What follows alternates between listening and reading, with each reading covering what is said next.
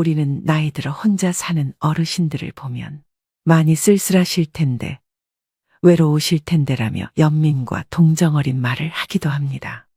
하지만 역설적이게도 혼자 사는 사람의 행복 지수는 2인 이상 가구보다 훨씬 높다고 하는데요. 특히 60대 이상 여성의 경우 혼자 살 때 오히려 행복 지수가 수직 상승한다고 합니다. 연구에 따르면 노후의 행복 지수는 자녀의 유무와도 관계가 없다고 합니다. 자녀가 있다면 모두 출가외인이라고 생각해야 마음이 편하죠. 어버이날 꽃 한 송이로 만족하듯 마음의 약간의 욕망도 비워야 노년을 홀가분하게 살 수 있습니다. 과거에는 자녀와 함께 사는 것이 당연한 것이었지만 지금은 함께 살지 않는 것이 현명한 것이라고 사고관이 바뀌고 있습니다. 나이 먹을수록 자기 자신만을 위해 살아야 합니다. 진정한 나를 만들기 위해서는 고독과 함께하는 시간이 반드시 필요하죠. 근데 의외인 건 혼자인 게 얼마나 행복한지 아는 사람이 드물다는 사실입니다. 사람으로 외로움을 극복하려 하게 되면 결국 사람으로 인해 다시 외로워지게 됩니다. 스스로가 온전해야 남에게 내줄 자리 하나도 생기는 법입니다. 외로우면 결국 남에게 집착하게 되고 괴롭히게 됩니다. 하지만 혼자 산다는 생각은 왠지 외톨이가 된 것 같고 이기적이라는 걱정이 앞서기도 합니다. 왜일까요? 불안하고 고독을 견디지 못하기 때문입니다. 그런데 이런 문제에서 명쾌한 답을 얻어 나이 들수록 혼자 지내는 것이 편안하다고 말하는 중년 노년들이 있습니다. 이들은 어떻게 만족도는 높고 고민도는 낮은 혼자서도 행복하게 사는 삶을 얻을 수 있었던 것일까요? 외롭지 않게 행복한 노후를 지내고 싶다면 오늘 영상을 끝까지 시청해 주시길 바랍니다. 오늘의 영상으로 구독자 여러분 모두 마음이 다이아몬드처럼 단단해지시는 계기가 되길 소망합니다. 먼저 혼자서도 잘 지내는 사람들의 특징 첫 번째는 나에게 좋은 사람으로 살면 된다는 원칙으로 살아갑니다. 혼자 잘 지내는 사람은 모두를 만족시려고 애쓰지 않습니다. 적당한 관계라는 원칙으로 마음 편한 사람에게 집중하면 된다는 생각입니다. 그럼 이제 마음 편한 사람에게는 어떻게 대하는 것이 좋을까요? 한마디로 말하면 무조건 잘해주려고 하지 않습니다. 의무감으로 해주는 것과 진심으로 좋아해서 해주는 것은 다르기 때문입니다. 의무감으로 남에게 잘해주는 사람은 피곤합니다.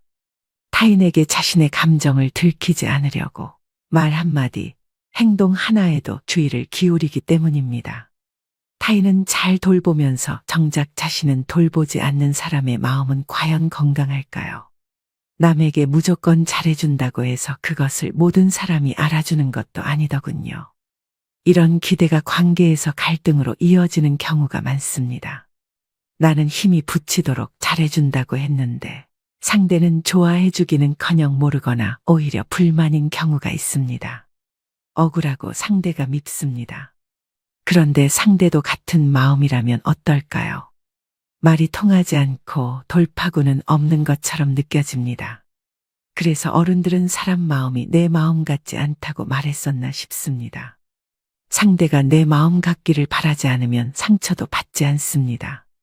그냥 상대는 이런 생각이란 걸 인정하면 편해집니다. 이런 마음 상태로 이르기 위한 해법으로 가장 먼저 상대가 부담스러워하지 않는 선에서 해야 합니다. 대가를 바라는 마음이 없어야 합니다. 무리하지 않는다는 것은 내가 좋아서 했기 때문에 상대 반응이 시원치 않더라도 불만이 없습니다. 가장 중요한 것은 나입니다. 나에게 좋은 사람으로 살면 된다는 마음가짐이 받쳐주기에 혼자여도 문제없고 혼자여도 정말 편할 수 있는 것입니다. 두 번째는 도전을 두려워하지 않습니다. 고독을 즐기는 사람들은 나이에 상관없이 의미 있는 도전을 합니다. 자신이 이루고 싶은 꿈, 목표가 있으면 실행에 옮기는 추진력이 있습니다. 자신에게 집중하는 시간이 많기 때문에 자신이 진짜 무엇을 원하는지 잘 알 수 있습니다. 나이가 들수록 나만의 취미생활과 배움의 끈을 절대 놓으시면 안 됩니다. 평균 수명이 길어진 지금 단순히 오래 사는 것을 목적으로 삼기보다는 여생을 얼마나 아름답고 가치 있게 사느냐가 관건인 시대이죠. 우리 세대가 다들 그랬듯 저도 30대까지는 사회 구조에 맞춰 살기 바빴습니다. 외적으로나 내적으로 나를 돌아볼 진중한 시간을 갖지 못했습니다. 그러다 50대를 지나면서 어떤 인생의 막을 보내야 가치 있을까 싶더군요.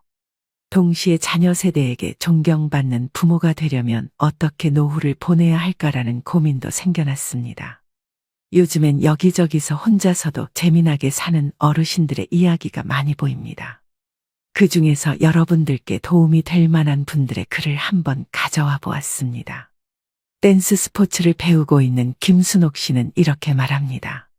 주변에 은퇴하신 분들을 봤는데 아직 할머니, 할아버지라고 하기엔 너무나 젊고 건강한 분들이 많은 거예요. 결국 외적인 부분도 중요하지만 정신적인 부분도 테라피가 필요하다고 느꼈죠. 오래전부터 댄스 스포츠를 취미로 하고 있었는데 그게 제격이다 싶었어요. 음악이 지니는 치유 효과와 더불어 춤을 통해 전신 운동이 가능하니 너무 좋잖아요. 제가 느꼈던 그 매력과 즐거움을 전파하고 싶은 마음에 주변 사람들에게 추천하고 있습니다.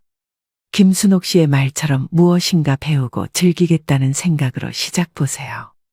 굳이 학원이나 문화센터가 아니더라도 책을 보며 배워도 좋고 유튜브로 공부해도 좋습니다. 무슨 취미든 본인에게 맞는 것을 하면 됩니다.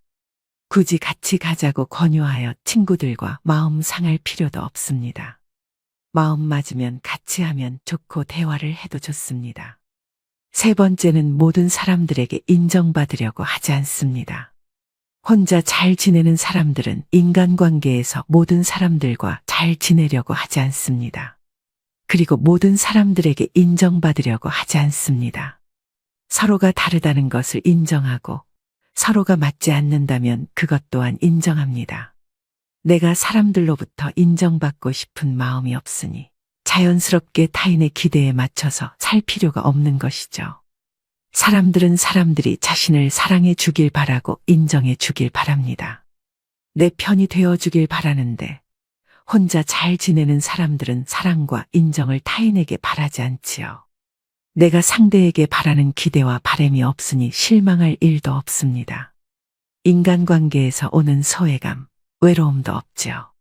외로움은 혼자 있어서 느끼는 것이 아니라 상대에게 이해받지 못해서 외롭다고 느낍니다. 그러니 가족이 있고 연인이 있다고 해서 외로움을 안 느끼는 것은 아닙니다. 혼자서 행복한 노후를 보내기 위해서는 남에게 인정받고자 하는 마음부터 버리셔야 합니다. 네 번째는 자신감이 있습니다. 고독을 즐기는 사람들은 혼자 있는 시간에 내적 성찰과 취미 등 외적 성취를 이루어냅니다. 사람은 혼자 있는 시간에 자신을 깊이 있게 바라볼 수 있습니다. 내면을 바라보고 성찰하기 때문에 내적으로 성숙됩니다. 외적으로는 취미나 공부 등을 하면서 자기 개발을 합니다. 내적으로 단단해지고 외적으로 성취를 이루니 자연스럽게 자존감이 상승합니다. 자존감 상승은 자신감으로도 이어져 여유 넘치는 마음이 듭니다. 혼자서도 잘 지내는 사람들은 안정감은 자기 안에 있는 것이라는 점을 잘 알고 있습니다. 여유 있는 마음은 상황을 객관적으로 바라볼 수 있게 해주고 올바른 선택을 할 수 있게 해줍니다. 일이 잘못되거나 실패할 확률도 그만큼 줄어들게 됩니다. 작은 일, 큰일 할 것 없이 성공을 하는 횟수가 늘어나게 되고 자신감, 자존감이 상승하는 선순환이 발생합니다.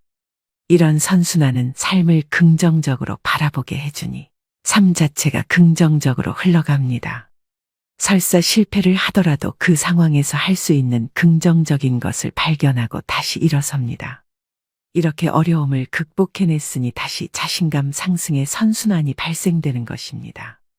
지난 세대엔 인생의 절정기가 45세였다면 앞으로는 75세가 될 것입니다. 흔히 100세 시대라고 하죠. 인생 2모작이 아니라 3모작을 해야 하는 시대가 온 것입니다.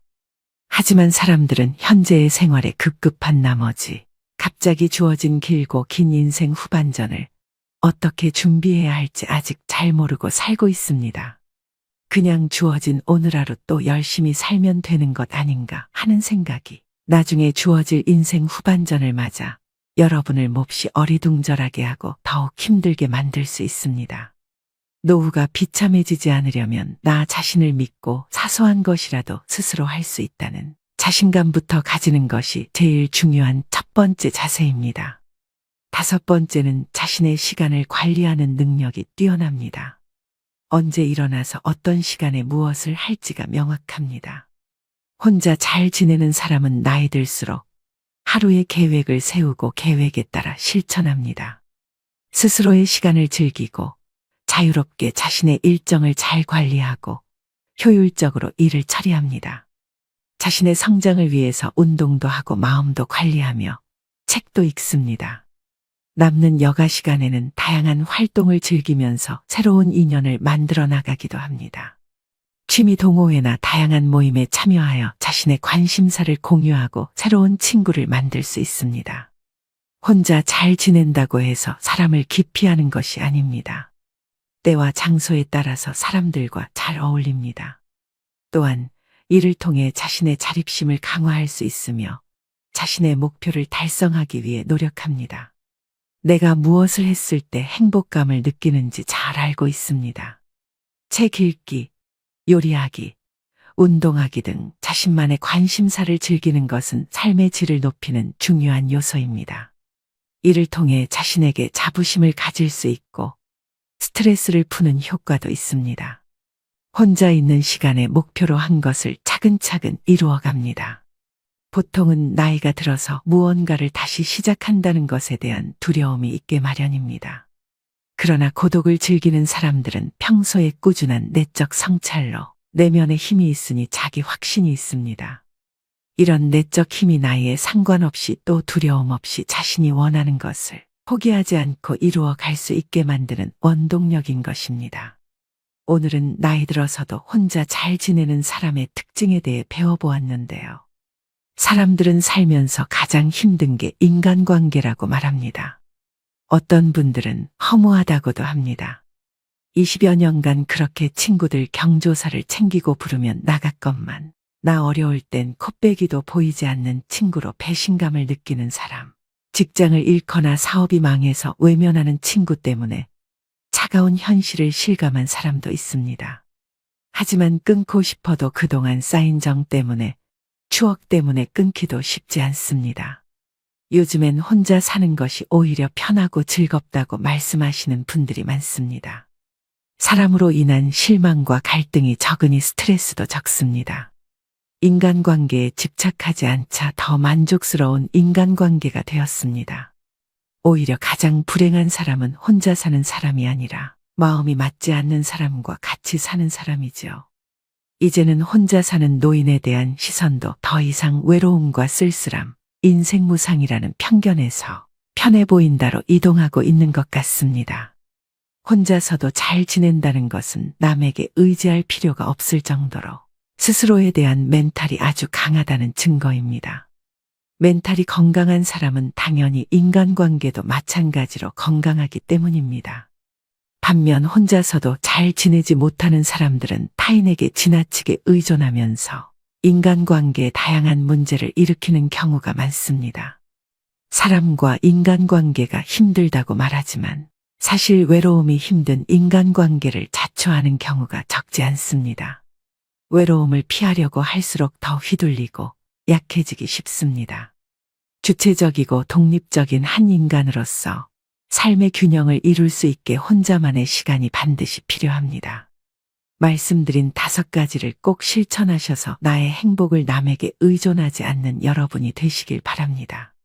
마지막으로 자식과 며느리와 같이 살면서 하루가 멀다 하고 온갖 구박을 당해내다 다시 고향으로 내려와 홀로 서기를 시작하신 70대 할머니의 사연을 들려드리겠습니다.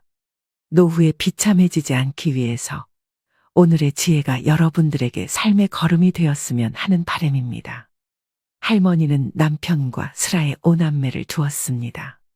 하지만 어부였던 남편은 배를 타고 나갔다가 사고를 당해 뇌사 상태가 되어 식물인간으로 돌아왔습니다. 할머니는 살림만 하시다가 갑자기 가장이 되어 남편 병원비에 어린 5남매를 돌봐야 하는 상황이 되었습니다.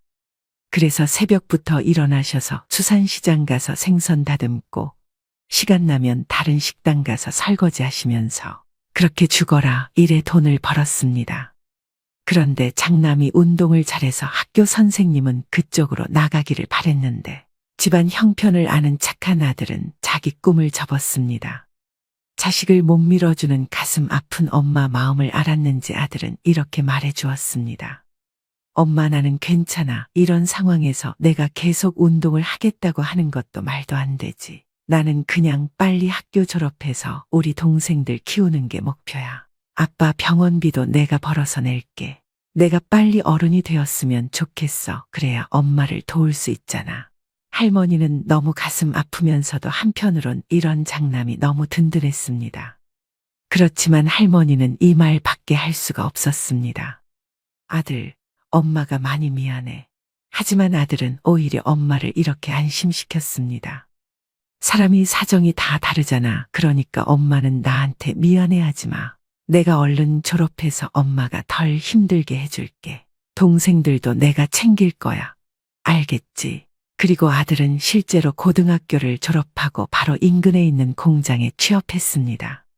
그리고 번 돈을 어머니에게 다 주었습니다. 그래서 할머니도 약간은 숨을 쉴 수 있었습니다. 할머니는 약속을 지켜주는 아들이 너무 고마웠습니다. 내가 돈을 벌기 시작하면서 우리 집 형편이 많이 나아졌어. 엄마도 이제 잠자는 시간이 늘었습니다. 내가 없었다면 엄마는 동생들을 데리고 길거리에서 살았어야 해. 그래 엄마가 이제 부담이 덜 된다니까 너무 기뻐. 나도 내가 돈을 벌 수 있어서 정말 다행인 것 같아. 할머니는 동생들을 위해 희생하며 돈을 버는 장남을 보며 마음이 아프면서도 참 대견했고 고마웠습니다. 그렇게 힘든 상황에서도 서로에게 기대며 잘 살고 있었는데 어느 날 한 가지 좋은 소식이 들려왔습니다. 엄마, 나 만나는 여자가 생겼어. 아마 조만간에 이 사람이랑 결혼할 것 같아. 우리 동네 근처 도시에 사는 여자인데 내가 일하면서 오며 가며 만나게 됐어. 어리지만 예쁘고 착해서 이런 사람이라면 결혼해도 되겠다 싶더라. 할머니는 든든한 기둥이 되어줬던 고맙고도 미안했던 장남이 이제 결혼을 한다고 하니 죽어도 여한이 없으셨습니다. 곧 장남은 며느리가 될 여자를 집으로 데려왔습니다. 할머니는 젊어 시집살이를 심하게 당하셔서 며느리가 행여나 불편할까 첫 만남부터 며느리를 많이 챙기셨습니다. 그런데 다행히 첫 인사를 하러 온 며느리는 할머니의 음식도 잘 먹고 말도 어찌나 곱게 하는지 아들이 말한 대로 착하고 예쁜 아가씨였습니다. 그런데 이상하게도 며느리는 결혼하고는 태도가 완전히 바뀌었습니다. 예를 들어 남편이 누워있는 평상을 지킬 때 아들이 같이 있으면 살갑게 굴고 일도 잘 돕는데 아들이 자리를 비우면 소파에 누워서 핸드폰 하기 바빴습니다. 하지만 할머니는 며느리에게 아무 말도 하지 않았습니다. 무엇보다 자신을 그렇게 괴롭혔던 시어머니와 똑같은 사람이 되는 게 죽기보다 싫으셨나 봅니다. 뇌사 상태로 오랫동안 병원에 있었던 남편은 기어이 세상을 뜨고 말았습니다. 젊은 시절에 만나 고단한 세상 함께 헤쳐나가면서 힘들지만 단란하게 아이를 낳고 키우던 그 추억을 그리며 얼굴이라도 보고 손이라도 잡을 수 있었건만 그런 할머니의 마음도 몰라주고 남편은 기어이 세상을 뜨고야 말았습니다. 그렇게 할머니는 남편 장례식을 치루었습니다. 그리고 남은 자식들도 이제 다 커서 출가하고 결혼을 했습니다. 그래서 이제는 조용히 혼자 살게 된 할머니였습니다. 그러자 장남은 혼자 사는 엄마가 걱정이 되어 같이 살자는 제안을 해왔습니다. 하지만 할머니는 단번에 거절하셨습니다. 아휴 됐어 나는 너희 할머니한테 시집살이를 너무 많이 당해서 며느리들 괴롭히는 거는 딱 질색이야. 내가 너희 집에 가면 며느리가 얼마나 괴롭겠어. 그러자 이번엔 며느리가 아들을 통해서 할머니의 집하고 자기들 가진 돈을 합쳐서 같이 살자는 제안을 해왔습니다. 하지만 할머니는 며느리 눈치가 보여 가기가 싫었습니다. 고부 갈등이 얼마나 고통스러운지 알았기 때문이었습니다. 그런데도 며느리는 장남과 찾아와서 할머니에게 같이 살자고 계속해서 설득했습니다. 저는 진짜 어머님하고 같이 사는 거 좋아요. 그러니까 이 집하고 우리가 지금 사는 집도 팔아서 더 넓은 곳으로 이사가서 같이 살아요. 어머니만 괜찮으시면 저는 언제든지 환영이에요. 할머니는 그런 며느리의 진심 어린 설득에 남편의 사망 보험금과 집 한 돈, 그리고 비상금까지 수중에 있는 모든 돈을 다 모았습니다. 그렇게 할머니는 남는 돈이라곤 한 푼도 없는 상태로 아들 명의로 된 새 집으로 들어가게 되었습니다. 그렇게 할머니는 장남네 집에서 함께 살게 되셨는데 현실은 할머니의 생각과는 너무 달랐습니다. 며느리가 완전히 딴 사람이 되어 있었기 때문입니다. 결혼 전에 보았던 살가운 사람은 어디 가고 마치 다른 사람처럼 돌변해 할머니를 하대하기 시작했습니다.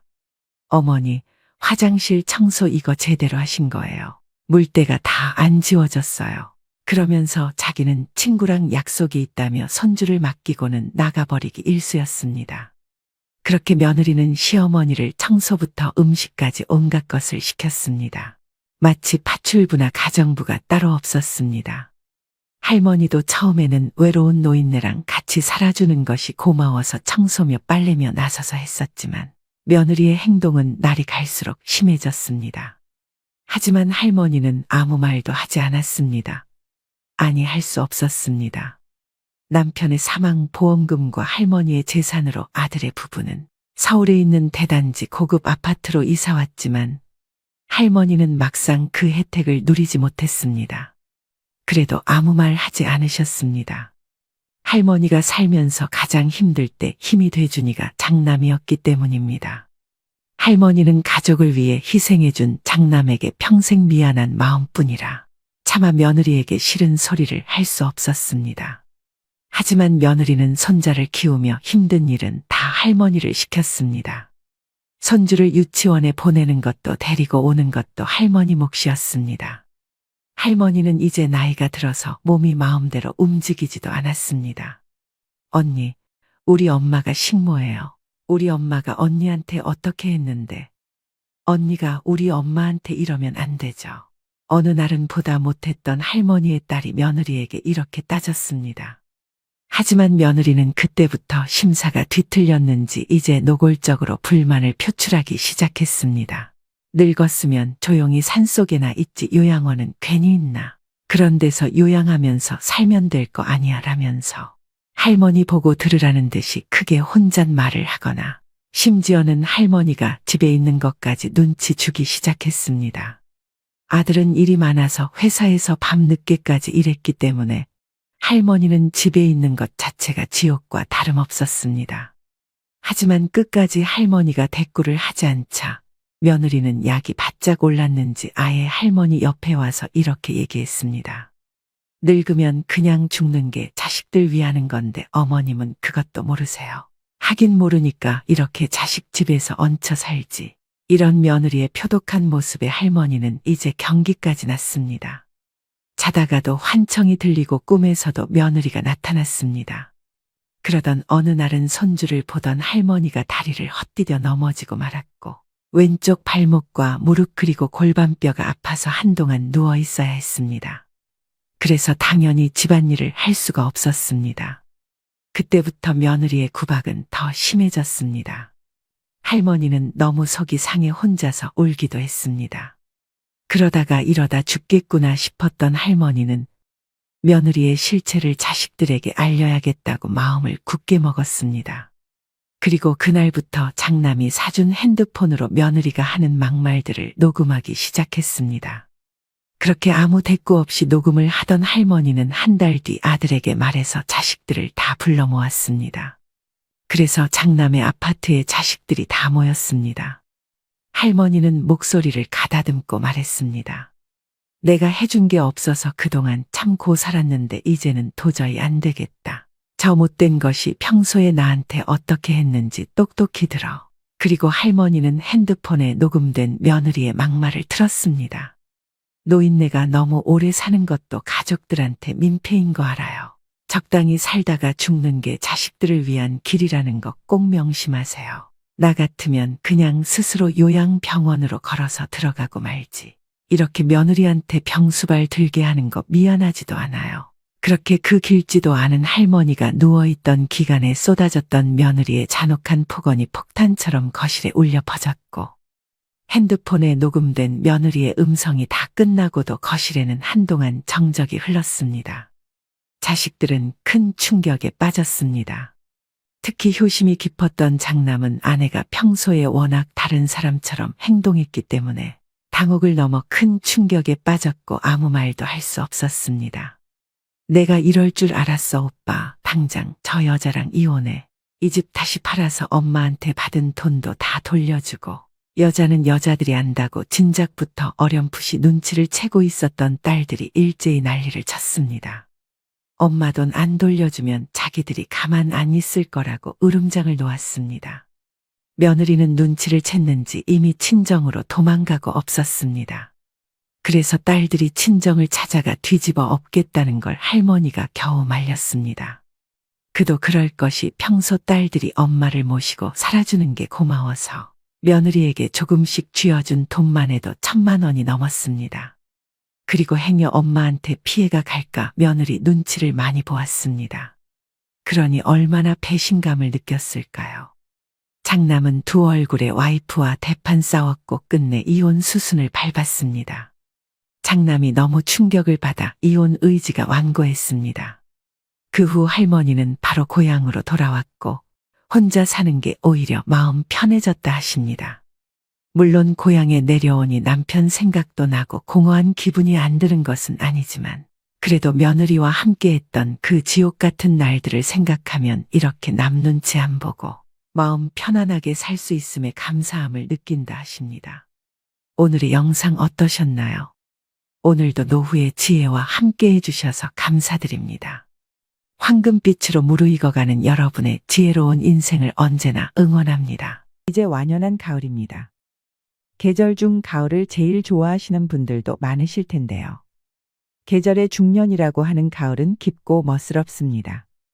하지만 중년의 피부처럼 건조하지요. 30대 중반부터 시작된다는 노화. 가을의 낭만처럼 중년의 숙성된 마음은 좋아하지만 신체적으로 일어나는 변화는 아쉽습니다. 여름 내 싱싱했던 잎사귀가 바싹하게 말라 색이 바래는 것처럼 인생의 중반에 들어서면 촉촉하던 피부는 메마르고 거칠어집니다. 거기다 눈도 뻑뻑해지고 식음료 포장지에 표기된 영양성분이나 가전제품 설명서의 작은 글씨가 읽기 힘들어집니다. 우리가 나이 들면서 느끼는 원인 모를 몸 안팎의 불쾌 증상과 노화 현상은 세포가 건조하기 때문이라고 하는데요. 고혈압과 노안, 피부 트러블, 우울증과 치매 같은 노화 증상과 질병들의 진짜 원인이 무엇이고 세포의 수분 흡수력을 되찾아 노화를 늦추고 질병을 치유할 수 있는 방법들을 알려드리겠습니다. 오늘 소개해드릴 건강서적은 노화는 세포 건조가 원인이다. 지은이 이시아라유미, 옴기니는 유네림, 발행은 전나무 숲입니다. 오늘의 영상은 중년 노년들이 꼭 보셔야 되는 내용입니다. 영상을 끝까지 시청하셔서 마른 가지에 물이 오르면 다시 잎이 돋고 꽃이 피듯 중년이 넘어도 젊고 건강한 몸을 유지할 수 있는 황혼의 청춘을 오래도록 만끽하시길 바랍니다. 지금부터 말씀드릴 내용은 일상에서 조금만 신경 쓰시면 지킬 수 있는 소소한 원칙들입니다. 꼭 실천하셔서 건강한 노후를 보내시길 바랍니다. 그럼 지금부터 잠시 책 속으로 들어가 보겠습니다. 고대 그리스의 철학자 아리스토텔레스도 말했듯이 노화란 우리 몸이 차츰 건조해지는 현상이다. 지금 가지에서 딴 싱싱한 사과도 시간이 지날수록 껍질부터 말라 쭈글쭈글해지다가 결국 속까지 상한다. 인간이라고 다를 바가 없다. 촉촉하고 윤기나던 피부는 나이가 들수록 메마르고 거칠어진다. 눈도 뻑뻑해지고 손끝에 물기도 말라 책장을 넘길 때면 손끝에 침을 묻히게 된다. 또 음식을 삼키다 목에 걸려 사례가 걸릴 때도 많다. 이게 다 몸속 세포가 건조해졌다는 증거다. 그뿐만이 아니다. 비만 오면 허리나 무릎이 아파온다. 또 유독 배와 턱에 군살이 붙는다. 기억력도 떨어져서 말하려는 단어가 입안에서만 맴돌 뿐 도무지 떠오르지 않을 때가 많다. 이런 현상들도 내장과 관절뼈 심지어 뇌에 이르기까지의 세포가 건조해서 나타나는 것이다. 실제로 유아기 몸무게의 70%나 차지하던 수분은 나이가 들수록 점점 감소하여 성년기에는 60%, 노년기에는 55%에 지나지 않는다고 한다. 이것만 보더라도 몸이 더 건조해지지 않도록 하는 것이 노화를 늦추는 가장 효과적인 방법이라는 것을 알 수 있다. 이런 노화나 건조 현상은 20대를 넘으면 누구나 겪는다. 흔히 생각하듯 중년기나 노년기에만 해당하는 문제가 아닌 것이다. 생활 환경도 현대인의 몸을 건조하게 만드는 데 한몫한다. 지나친 냉난방 탓에 1년 내내 건조하게 지내다 보니 가습기 없이는 겨울나기가 힘들 정도로 목욕 방식도 달라져서 욕조에 물을 받아 느긋하게 몸을 담그기보다는 후다닥 샤워로 끝낼 때가 많다.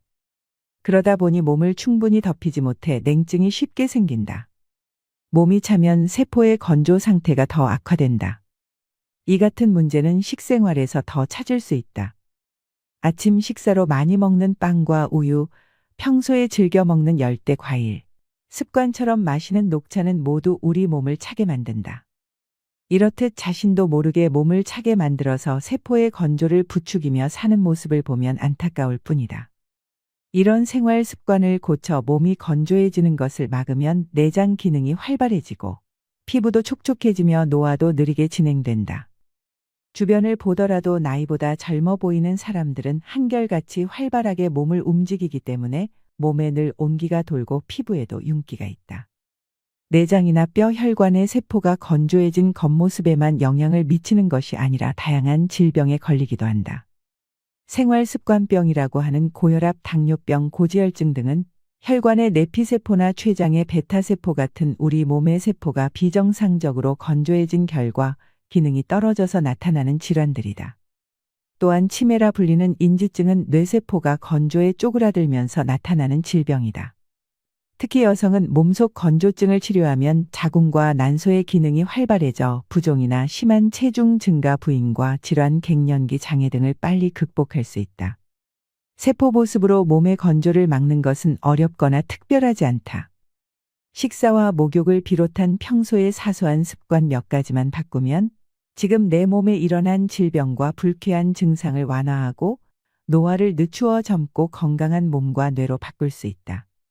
당신이 겪고 있을 몸의 건조 증상들, 누구나 나이가 들면 몸이 건조해지는 것들, 피부가 당기고 거칠어져서 자꾸 신경이 쓰이고 손가락 끝도 말라 책장을 넘길 때면 나도 모르게 침을 묻히게 된다.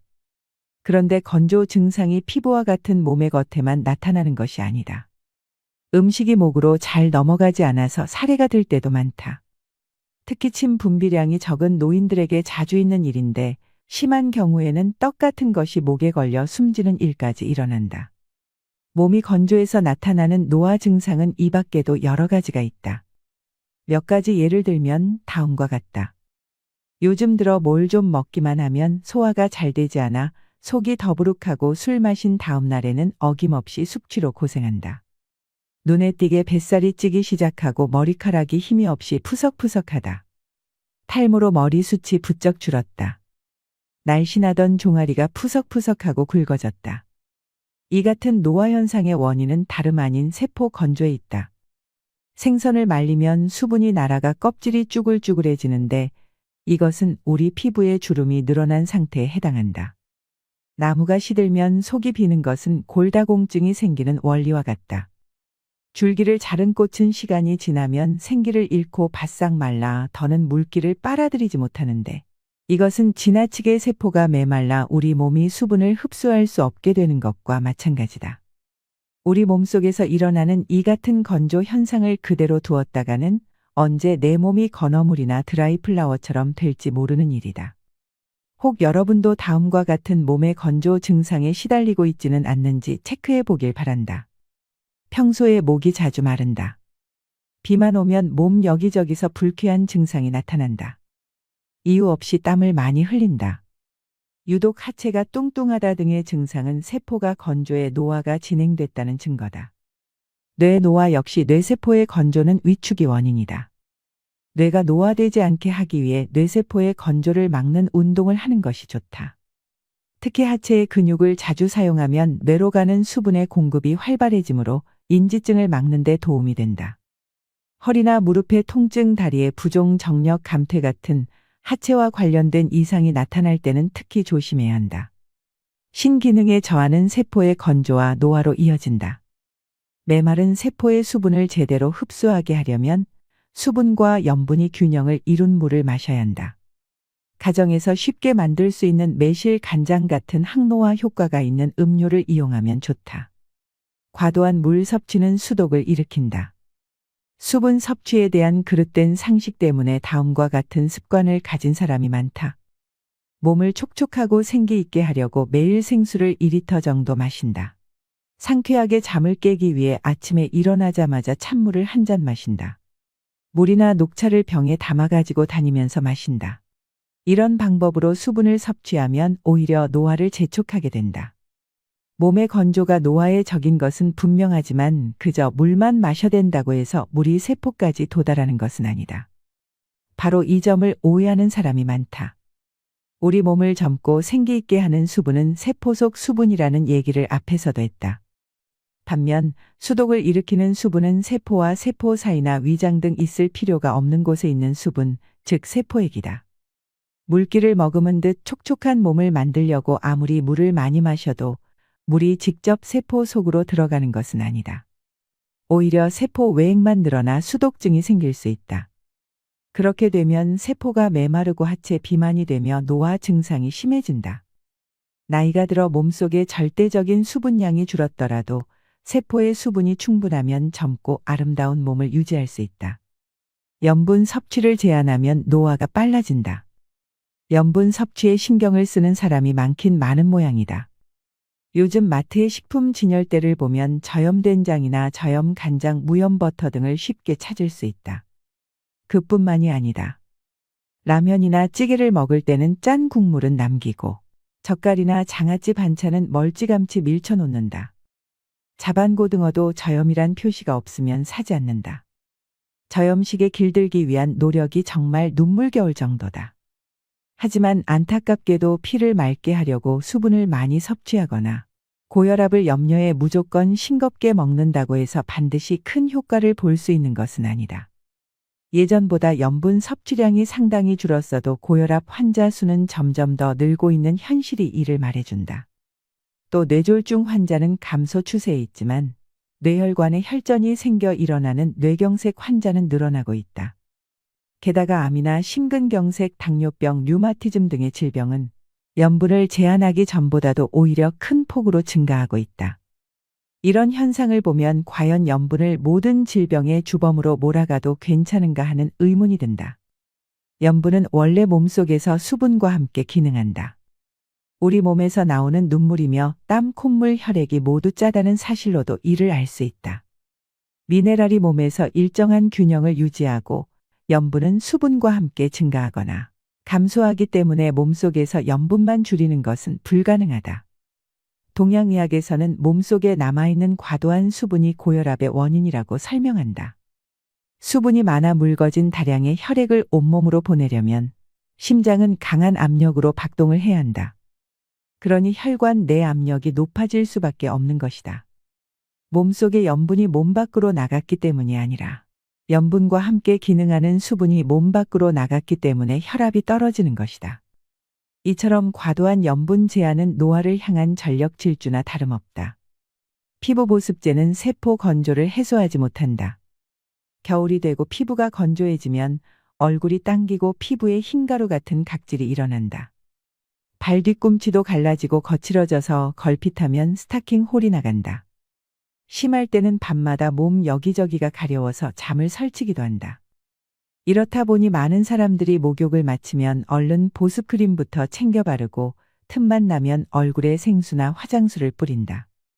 피부 건조가 심해 주름이나 잡티가 생길까봐 음식으로 섭취할 수 있는 콜라겐을 약 먹듯이 복용하는 사람도 있다. 덩달아 화장품 회사들도 보습 기능을 앞세운 다양한 종류의 화장품을 앞다투어 내놓고 있다. 이처럼 현대인들은 피부가 건조해지는 것을 막으려고 많은 노력을 기울인다. 그런데 피부 보습에는 온갖 정성을 들이면서 혹시라도 화장이 지워질까봐 땀 흘리는 것을 꺼려하거나 땀 냄새가 신경 쓰여 땀 분비를 억제하는 약재를 사용하기도 한다. 이런 모순 때문에 피부노화 피부세포의 수분 보유력을 높여라.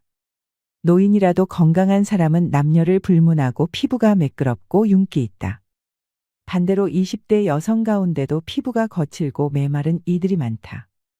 그래서인지 보습에 좋다는 로션이며 크림 등을 2중, 3중 겹쳐 바르고 보기에도 부담스러운 두터운 화장으로 맨 얼굴을 감추는 사람들이 있다. 촉촉한 피부를 위해 나름 애를 썼는데도 그마저 효과가 없다면 어떻게 해야 할까?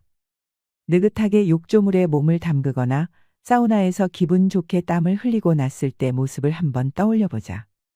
분명히 몸 밖으로 수분이 많이 빠져나갔는데도 웬일인지 피부는 촉촉하고 매끈하다 푸석푸석하던 얼굴은 붓기가 빠져 탄력이 생기고 턱선도 날렵해진다. 이처럼 목욕 등으로 몸이 따뜻해지면 우리 몸에서 수분 조절을 주관하는 신장도 따뜻해진다. 그 결과 신장의 기능이 활성화되어 몸속에 불필요한 수분이 신속하게 배출된다. 이와 같은 피부 본연의 힘이 발휘되도록 한다면 인위적인 보습에 의존하지 않더라도 젊은 피부를 유지할 수 있다. 체온이 올라가면 세포 노화를 막는다. 그 방법에는 워킹으로도 부담 없이 체온을 올릴 수 있다. 걷는 것은 몸에 큰 부담을 주지 않으면서 누구나 쉽게 할 수 있는 운동이다. 주로 하체의 근육을 사용하기 때문에 체온이 오르고 신장으로 가는 혈류가 좋아져서 소변량이 많아진다. 다시 말해 걷기만 해도 몸속에 불필요한 수분을 배출해서 노화를 늦출 수가 있다. 하루 1만 보 이상 걸으면 동맥경화를 예방할 수 있다는 연구 결과도 있다. 스쿼트는 워킹과 마찬가지로 주로 하체의 근육을 사용하여 실내에서도 할 수 있는 간단한 운동이다. 제자리에 있어서 무릎을 굽히고 앉았다 일어서는 그런 동작을 반복하면 근육이 단련되고 혈액순환이 잘 되어 체온이 오른다. 30년간 시달린 요통을 스쿼트로 이겨낸 남성 환자가 있다. 필자의 병원을 찾았을 때 그는 다리가 가는 체형의 진통주사도 듣지 않을 만큼 통증이 심했다. 그는 조심스럽게 스쿼트를 시작해 차츰 횟수를 늘려나갔다. 이렇게 1년간 꾸준히 계속했더니 하루에 150회 이상은 거뜬히 할 수 있게 되었고 마침내 30년 동안 그를 괴롭혔던 허리 통증은 말끔히 사라졌다. 필자가 진찰한 당뇨병 환자들은 대개 상체에 비해 하체가 빈약한 편이었다. 하체가 빈약하면 그만큼 근육에서 소비되는 당분의 양도 감소하기 때문에 당분이 혈액에 그대로 남아 당뇨병이 되기가 쉽다. 따라서 혈당치를 낮춰서 당뇨병을 치료하려면 먼저 하체의 근육을 단련해야 한다. 평소에는 다음과 같은 건강식이법과 생활습관을 적극적으로 실천한다. 톱볶음이나 우엉 간장조림, 미역 된장국 등을 매일 먹는다. 양파의 글루코키닌 성분이 혈당 수치를 낮추고 미역의 풍부한 식이섬유가 혈당 상승을 억제한다. 간장은 몸을 따뜻하게 해서 당분의 연소를 덮는다. 상사 이론에 따르면 하체를 튼튼히 하는 데는 뿌리 채소가 좋은데 그 중에서 특히 마가 효과가 뛰어나다. 또한 평소에 1분에 70에서 80m 정도의 속도로 매일 20분 이상 걷는다. 온종일 컴퓨터 앞에 앉아 일하거나 장시간 운전을 했을 때 근육이 필요해서 오는 요통 또는 척추 변형으로 인한 요통, 변형성 무릎 관절증 같은 만성화된 통증을 가라앉히는 데는 몸을 덮이고 쇠약해진 근력을 단련하는 방법이 효과적이다. 심장과 소장은 우리 몸에서 암이 생기지 않는 부위이다. 비장에도 암이 잘 생기지 않는다. 심장은 혈액을 온몸으로 보내느라 쉴 새 없이 움직이기 때문에 많은 열을 발산한다. 비장은 혈액의 저장소로 혈관이 많아 암자색을 띠며 온도가 높다. 소장은 음식물의 영양분을 소화 흡수하기 위해 지속적으로 연동 운동을 함으로 역시 온도가 높다. 39.6도의 열에 암세포가 사멸한다는 연구 결과나 말라리아에 걸려 고열이 난 뒤에 암세포가 사라진 사례를 보더라도 암이 열에 약한 데다 몸이 차고 건조할 때 생기기 쉽다는 것을 짐작할 수가 있다. 따라서 암을 예방하고 치료하려면 몸을 덮이고 몸속에 과도한 수분을 배출하여 세포가 건조해지지 않도록 해야 한다.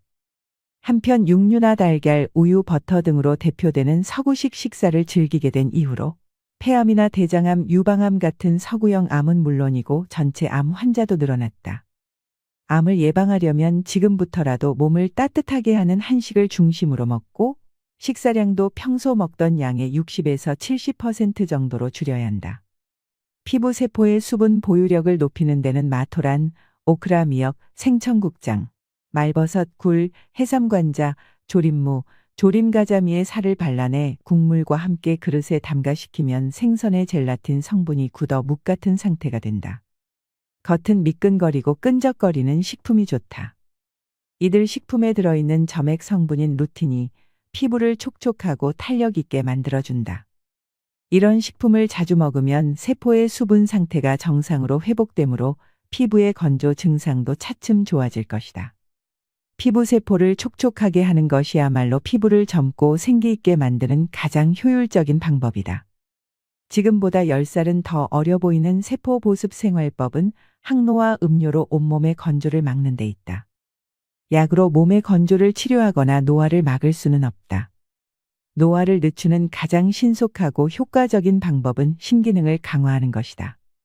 지금부터 설명하는 건조를 막는 항노화 음료는 신기능을 촉진하여 피부와 내장뼈, 모발, 뇌에 이르기까지 온몸이 건조해지지 않도록 막는 효과가 뛰어나다. 이르면 처음 마신 날부터 효과를 느낄 수 있다. 당근, 사과, 소금 주스는 신기능을 강화하여 세포의 건조를 막는 대표적인 항노화 음료다. 만드는 방법은 당근 2개, 사과 1개를 깨끗이 씻어 껍질째 그대로 믹서기에 갈아 즙을 짜낸다. 사과와 당근의 껍질은 되도록 깎지 않고 그대로 사용한다. 짜낸 즙에 소금을 적당량 넣고 잘 섞어 씹듯이 천천히 마신다. 동양의학의 상사이론에 따르면 인간의 하체는 식물의 뿌리에, 상체는 땅 위로 나와 있는 잎이나 줄기, 꽃에 해당한다. 따라서 하체에 있는 신을 강하게 하는 데는 식물의 뿌리가 효과가 있다.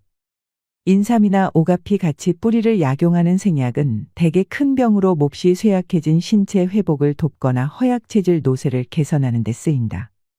식품 중에서는 뿌리 채소가 신기능을 강화하는 데 좋다. 신은 신장과 생식기, 비뇨기를 포함한다. 신기능이 활발해지면 몸에서 불필요한 수분이 빠져나와 몸 상태가 좋아지고 노화 현상이 감소한다. 특히 몸을 따뜻하게 하는 난색을 띠는 당근은 과도한 수분으로 인해 몸이 찬 사람에게 아주 좋다. 과일 중에서 사과는 원산지가 북쪽 지방이고 색도 붉어 몸을 차게 할 염려가 없다. 당근과 사과에 소금을 더하면 앞서 설명한 대로 수분과 염분이 균형을 이루게 되므로 더 효율적인 세포의 수분을 공급할 수 있다. 당근, 사과, 소금 주스의 효과는 이미 서양의학에서도 검증된 바 있다. 30여 년 전에 필자는 난치병 치료로 유명한 스위스 취리의 베너 병원에서 자연요법을 공부한 적이 있다. 이 병원은 1879년에 개원한 이래 육류와 달걀, 우유 같은 동물성 식품 대신 통밀빵이나 채소 절임식품, 꿀 등의 자연식품과 다양한 물리요법을 이용해 난치성 질환을 치료해 왔는데 특히 아침마다 마시는 당근, 사과 주스가 식이요법의 중심 메뉴였다. 당시 원장으로 있던 블러시 박사는 당근, 사과 주스에는 우리 몸에 필요한 비타민과 미네랄이 130여 가지나 들어있다고 설명했다. 당근은 채소 중에서 미네랄 함량이 으뜸이고 사과에도 비타민과 미네랄이 풍부하다. 게다가 당근을 사과와 함께 갈아 마시면 당근 특유의 향이 약해져 영양뿐만 아니라 맛도 한결 좋아진다. 병원에서 당근 사과 주스의 효과를 알게 된 필자는 지금까지 날마다 아침 식사 대신 마시고 있다. 맛도 좋지만 평소에 잤던 설사가 멈추고 바쁘게 일하면서도 늘 활기차고 피부도 건강한 걸 보면 당근 사과 주스의 효과를 톡톡히 보고 있는 셈이다. 당근 사과 주스는 미량의 영양소가 풍부하고 비타민과 미네랄이 균형을 이룬 음료지만 사람에 따라서는 마신 후에 속이 메스꺼리거나 몸이 차가워질 수도 있다. 필자는 임상 경험을 통해서 몸속에 불필요한 수분이 고여 세포가 건조할수록 그와 같은 반응이 많이 나타난다는 사실을 알게 되었다. 그래서 몸속에 생긴 무릉덩이가 당근 사과 주스의 흡수를 방해하지 못하도록 소금을 넣어 세포의 수분 흡수력을 높였다. 이런 원리에 따라 만들어진 것이 바로 당근 사과 소금 주스다. 동양의학과 서양의학 어느 쪽의 관점에서 보더라도 신기능을 강화하여 노화를 막는 효과가 뛰어난 음료다. 항노화 식사법으로 배설 능력을 높인다. 몸이 건조해지지 않게 해서 노화를 늦추려면 신으로 가는 혈류를 좋게 해서 배설 능력을 높여야 한다. 그러려면 당근사과, 소금 주스나 생강홍차 같은 음료 외에도 항노화 작용을 하는 식품을 평소에 꾸준히 먹어야 한다. 동양의학에서 자주 쓰는 120가지 처방의 70에서 80%는 생강이 들어간다. 생강은 혈액순환과 이뇨작용을 촉진하며 몸을 따뜻하게 하고 배란 작용을 한다. 생강의 주된 효능은 다음과 같다. 몸을 덮여서 땀을 내고 혈액과 체액의 흐름을 좋게 한다. 소변이 잘 나오게 해서 몸속에 과도한 수분을 배출한다. 오늘의 영상 어떠셨나요? 55세의 김정임님은 이렇게 말합니다. 키 155cm에 63kg이었을 만큼 살이 쪘었고 계단도 오르내리지 못할 만큼 오른쪽 무릎이 많이 아팠어요. 그런데 세포 보습을 실천한 지 일주일 만에 몸이 가벼워지기 시작하더니 2달 만에 5kg이 줄고 반년이 더 지나자 처음보다 무려 10kg이나 줄었어요. 그리고 무릎 통증도 많이 나아졌죠. 이젠 날아다닐 것 같아요. 62세의 최성근 씨는 40 넘어서부터 몸무게가 10kg 가까이 불더니 혈압까지 올라서 170까지 올랐어요. 혈압약을 먹으면 일시적으로는 안정되지만 어쩌다 한 번이라도 걸으면 다시 혈압이 올랐죠. 그런데 어느 날 우연히 알게 된 세포 보습을 실천하면서 혈압이 안정되고 살이 빠지고 두뇌 회전도 빨라졌어요. 이젠 일 열심히 하면서 아주 가뿐하게 살고 있습니다. 나이가 중년을 넘기면 젊은이들의 모습과 내 모습을 비교하며 나의 나이듦을 한탄하는 것은 매우 무의미하고 쓸데없는 행동입니다. 나는 내 나이대에서 가장 아름답고 건강하게 그 모습을 유지하면 됩니다. 노화는 누구에게나 공평하게 다가오는 것이고 그 속에서 차이를 두고 싶다면 이왕 늙어가는 거 아름답게 늙어가기 위한 노력을 하면 됩니다. 모든 것은 내 마음먹기에 달린 것이지요. 일상의 사소한 노력이 건강에 큰 영향을 미칠 수 있습니다. 앞에서 설명한 건강식이법을 꾸준히 실천하면 몸속에 불필요한 수분이 배출되어 건조했던 몸이 촉촉해지고 노화의 속도도 늦춰질 것입니다.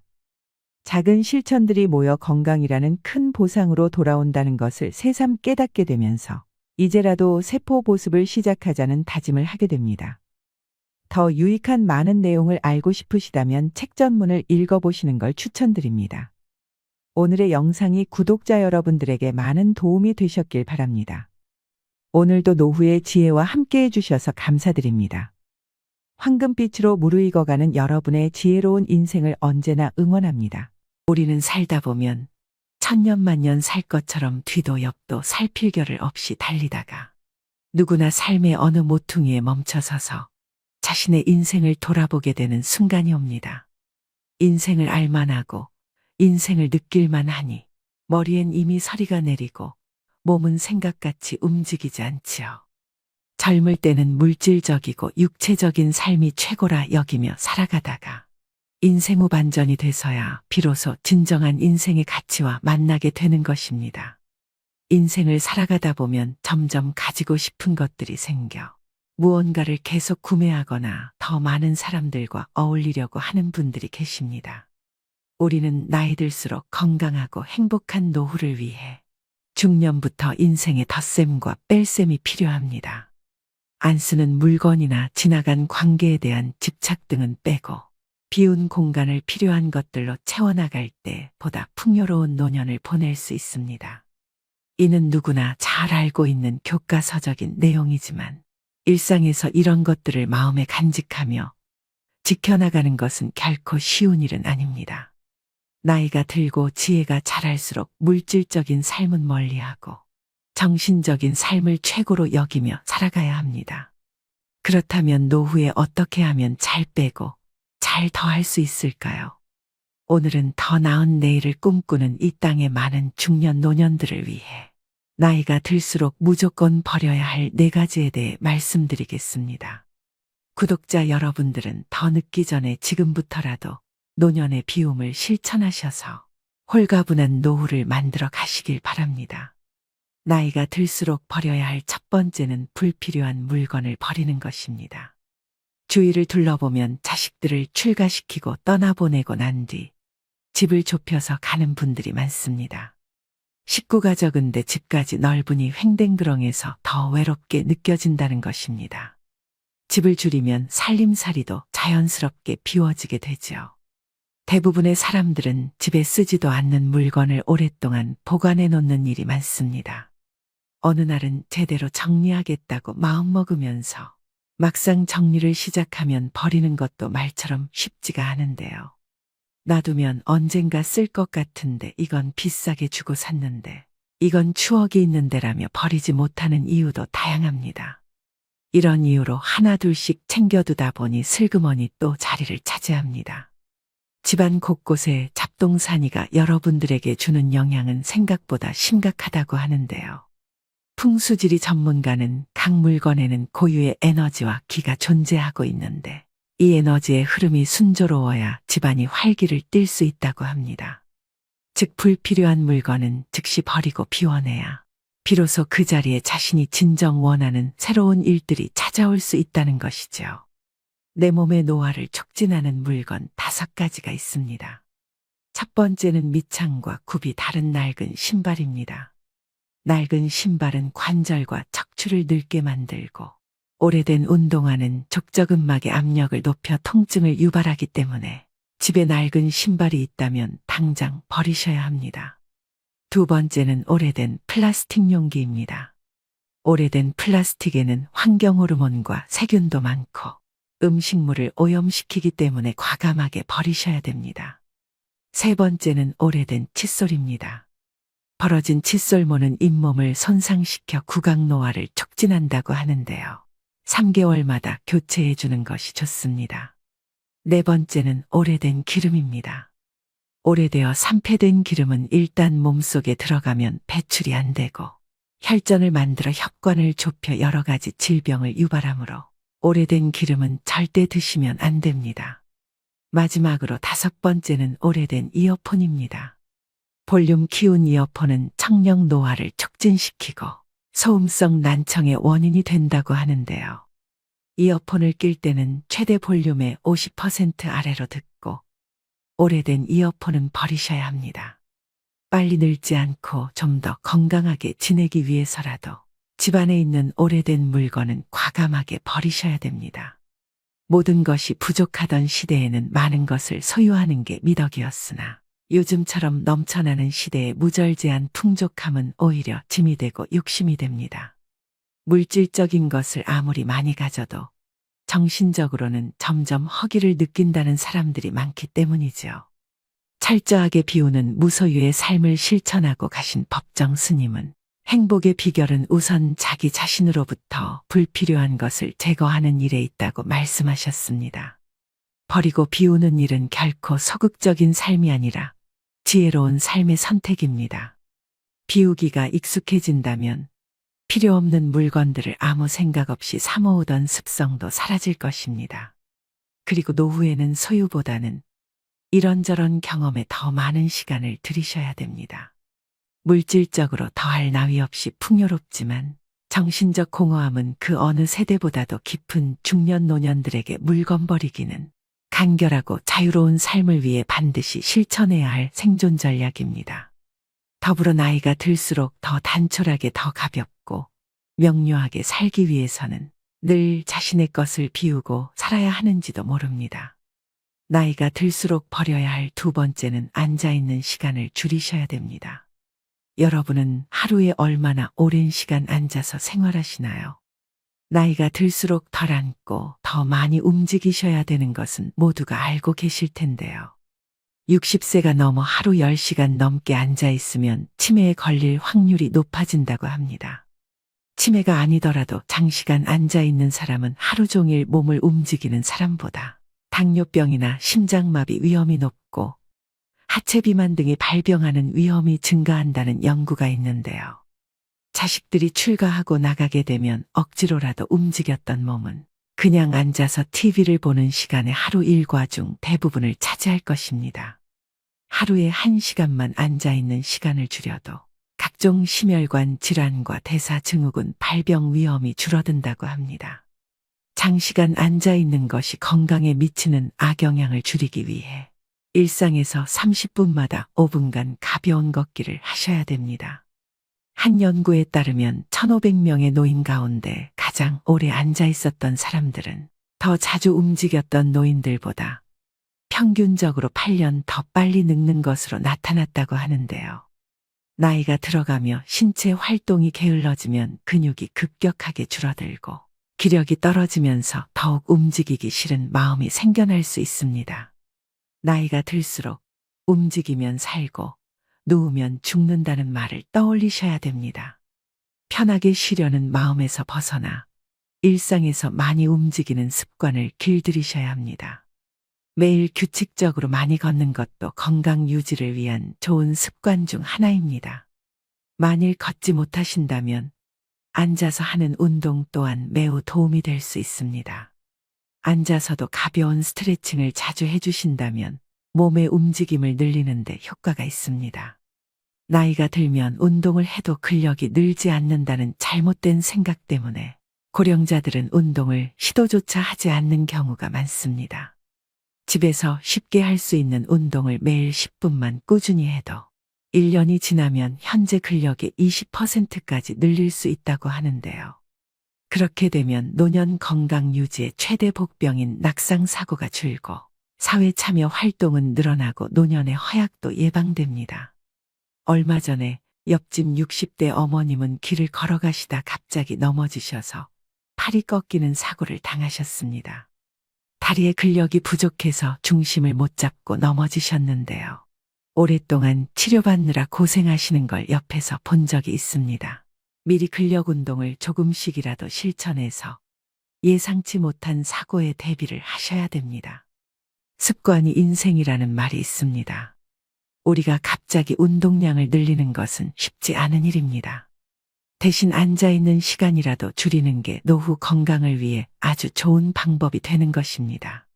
하루를 아름답고 행복한 삶으로 만들기 위해서는 자신이 어떤 태도와 습관을 가지고 살아가고 있는지 돌아보는 시간을 가져볼 필요가 있습니다. 앞으로 어떤 습관을 길들여 어떤 태도로 지낼 것인가 하는 계획을 세우고 실천하는 것이 바로 자신의 가치 있는 노후를 위한 중요한 지혜이기 때문입니다. 나이가 들수록 버려야 할 세 번째는 불필요한 인간관계를 정리하는 것입니다. 노후 행복의 결정적 요인은 부도 명예도 학벌도 아닌 관계라고 하는데요. 우리는 퇴직과 함께 직장 등 공적 관계망은 대부분 눈 녹듯 사라져버리고 학창시절 동창 등 친밀한 관계 위주로 재편됩니다. 하지만 오래 알고 지낸 사람들이라고 모두 원만한 관계를 유지하는 것은 아니죠. 특히 말끝마다 불평불만을 쏟아낸다거나 걸핏하면 화를 내는 등 만났을 때 기분 좋은 에너지보다 불편함을 주는 사람은 알고 지낸 세월에 관계없이 자연스레 꺼려지게 마련입니다. 따라서 노후에는 어떤 사람을 자주 만나고 싶은지 또는 만나고 싶지 않은지 생각해 보면서 자신 역시 만나고 싶은 사람이 될 수 있도록 노력하며 관계를 형성해 나가야 합니다. 노후가 되면 마음이 외롭고 인생이 허무하다고 느낄 때가 많습니다. 이때 달려와 고민을 함께 나눌 친구가 한두 명만 있어도 성공한 인생이라 할 수 있죠. 나이 들어서 주변 사람들과의 관계에서 벌어지는 크고 작은 갈등은 노년의 삶의 질을 낮추고 외로움을 증폭시킵니다. 맞지 않는 사람과의 인연의 끈을 놓지 못하고 만남을 유지하면서 스트레스를 받는 사람들을 주변에서 흔히 볼 수 있습니다. 특히 살아온 세월 속에 쌓인 갈등이 폭발하면서 관계가 망가질 때도 많습니다. 배우자 및 자녀와의 갈등이나 오래 알고 지낸 친구와의 불협화음 등이 이 경우에 해당하죠. 불필요한 인간관계는 늙음을 의식하기 시작하는 50대부터 하나씩 내려놓으면 편해진다고 합니다. 자녀들이 부모 품을 떠나 독립하고 나면 우리는 지켜야 하는 것들이 점점 적어집니다. 그러면 자연스럽게 이제껏 무리해서 만나야만 했던 사람들도 줄어들게 됩니다. 물은 나이를 먹으면 체력도 기력도 젊었을 때와 같지 않게 되니 굳이 의미 없는 인간관계에 힘쓸 여유가 없어집니다. 그러니 참아가며 사람을 만나는 일은 피곤하기만 하죠. 나이 들어서 체력이 떨어지는 만큼 인간관계에도 에너지 절약이 필요합니다. 여기서 가족만큼은 예외라고 말씀하시는 분들도 계실 것 같은데요. 결국은 가족도 같습니다. 그저 너무 가까이 가지 않는 것이 요령이죠. 관계에서 오는 스트레스를 줄이고 싶다면 사람보다는 고독과 친해지셔야 합니다. 악기 배우기나 그림 그리기, 운동 등 취미 활동을 하면서 혼자만의 뜻깊은 하루하루를 보낸다면 내적 자존감도 덩달아 상승하게 됩니다. 이처럼 혼자서 시간을 잘 보낼 수 있게 된다면 내 인생에서 진정으로 필요한 인간관계 또한 분명해질 거라고 생각합니다. 나이가 들어갈수록 그냥 아는 사람 100명보다 나를 잘 알아주는 사람 1명이 더 귀합니다. 그대로의 나를 받아들이는 소수의 사람과 편안하게 만나면서 평온한 노후를 보내셔야 됩니다. 은퇴 후 인간관계라는 한 연구에 따르면 배우자와 함께하는 시간을 줄이고 싶다고 대답한 은퇴자가 늘리고 싶다고 한 은퇴자보다 6배나 많았다고 하는데요. 이 같은 문제들을 비추어 볼 때 은퇴 후에도 원만한 대인관계를 유지하려면 삐걱대는 관계를 정비하는 것도 중요합니다. 가족 또는 가까운 지인 간 어긋난 부분을 개선하고 줄어든 인맥을 새롭게 채워나가야 사람 냄새 풍기는 노후 생활을 즐길 수 있습니다. 행복하고 건강한 노년을 만드는 것은 사람들과의 질적인 관계에 달려 있습니다. 놀라운 것은 나에게 이로운 관계가 행복뿐 아니라 노후의 신체적 건강까지 영향을 준다는 사실이죠. 누군가는 이렇게 말합니다. 인생은 나를 알아주는 한두 사람 붙잡고 사는 거라고 하더군요. 나이 들어서도 너무 관계에 연연하다 보면 자신에게 소홀해지곤 합니다. 그럴 때일수록 잠시 멈춰서 자기 자신을 챙겨보시면 좋겠습니다. 마지막으로 나이가 들수록 버려야 할 4번째는 식사량을 줄이는 것입니다. 아무리 몸에 좋은 것도 지나치면 병이 됩니다. 먹을 것이 부족했던 과거와 달리 요즘은 먹을거리가 넘쳐나 영양 과잉 섭취로 인한 고혈압, 당뇨 그리고 높은 콜레스테롤 등의 만성질환 환자가 빠르게 늘어나고 있다고 하는데요. 특히 중년 이후엔 여러 호르몬 분비와 기초대사량이 감소하기 때문에 운동하지 않고 과식이나 폭식을 반복적으로 하게 되면 내장 지방이 쌓여 복무 비만이 됩니다. 나이가 들어서 몸에 좋다고 무턱대고 먹다 보면 오히려 영양 과잉 상태를 초래해서 질병으로 발전할 수 있다는 사실을 아시나요? 실제로 소식하는 습관은 노화를 늦추고 노화와 관련된 질병 위험이 낮아집니다. 소식을 하면 뇌 세포의 활동이 활발해질 뿐 아니라 체중이 5%만 줄어도 허리와 무릎에서 느끼는 부담과 통증도 사라지고 목과 어깨도 가벼워집니다. 또한 몸에서 독소가 빠져나와 혈액순환도 좋아지죠. 살이 빠지면서 얼굴 라인도 살아나고 고민했던 뱃살도 쑥 들어가서 몸매가 청춘 시절로 되돌아갈 수 있습니다. 인류 역사 내내 배불리 먹는 것이 인류의 수건이었지만 이제는 영양과잉 상태에서 벗어나야 합니다. 그래야 사는 동안 몸을 가볍고 건강하게 살 수 있습니다.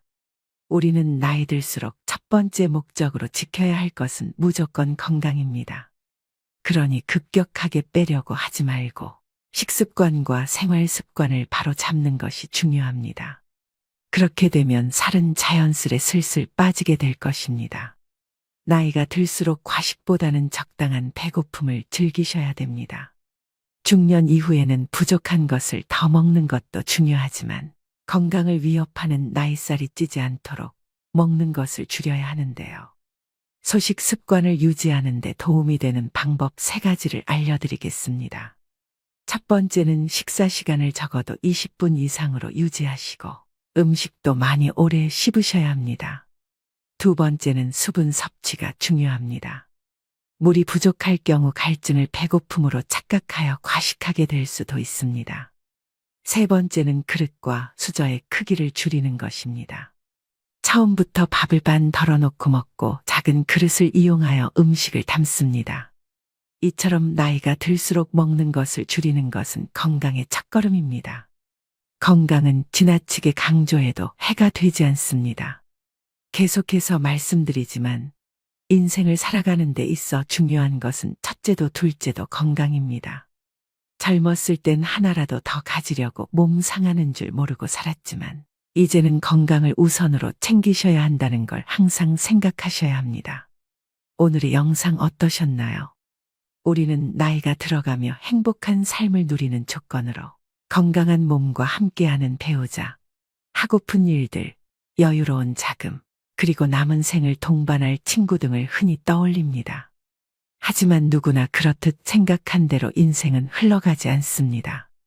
갑자기 건강에 이상이 생길 수도 있고, 배우자, 친구와의 갈등이 깊어질 수도 있습니다. 일이 잘 풀려나가는 좋은 시간이나 일들이 꼬이며 어려움을 겪는 힘든 시간도 결국은 지나갑니다. 좋을 때나 어려울 때나 범사에 감사하며 이 또한 지나가리라를 마음에 간직하고 살아가는 것도 아름다운 삶의 지혜이죠. 흐르는 물을 되돌릴 수 없는 것과 마찬가지로 우리 인생도 결코 되돌릴 수 없습니다. 아름다운 삶을 위한 생활 수칙은 개인에 따라 다를 수 있지만 그 지침을 정해놓고 실행하는 것은 자신의 마음가짐에 달려 있습니다. 일상에서 외롭다는 마음과 불안감을 떨쳐내고 소소한 즐거움에도 웃음 지으며 지내는 작은 실천들이 행복을 맞이하는 지름길이기 때문입니다. 그러자면 비움의 실천이 중요하겠죠. 나이가 들수록 인생을 일찍 깨달았더라면 좀 더 성숙한 삶을 살았을 텐데라고 후회하는 날들도 있습니다. 아쉽고 안타깝지만 남은 세월이 있기에 채움보다 비움으로써 마음의 안정과 풍요로움을 얻으셔야 됩니다. 더불어 인생의 후반전을 맞이한 우리는 살아있음으로 얼마나 행복한가를 더욱 더 가슴 깊이 느끼며 살아가야 합니다.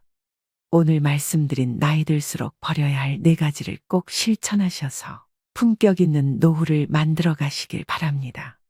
술자리 모임에 가보면 덕담과 함께 건배사를 자주 듣게 되는데 옛 직장 상사가 했던 건배사가 아직도 잊히지 않습니다.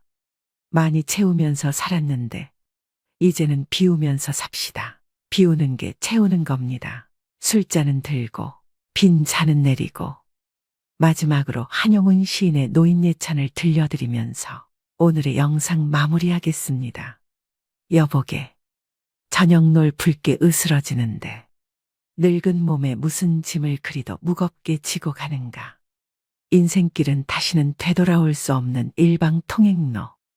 가다가 컬컬하면 허름한 주막에 들러 막걸리로 목도 축이고 얼큰해지면 주모와 한바탕 농도 걸어보고 까짓것 그럴싸한 존재의 이유도 없이 이 풍진 세상에 태어난 것을 요만큼 살다가 가는 것도 다행 아닌가. 빈손으로 왔다가 빈손으로 가는 인생. 따져보면 그리 믿질 것도 없지 않은가. 오늘도 노후의 지혜와 함께 해주셔서 감사드립니다. 황금빛으로 무르익어가는 여러분의 지혜로운 인생을 언제나 응원합니다.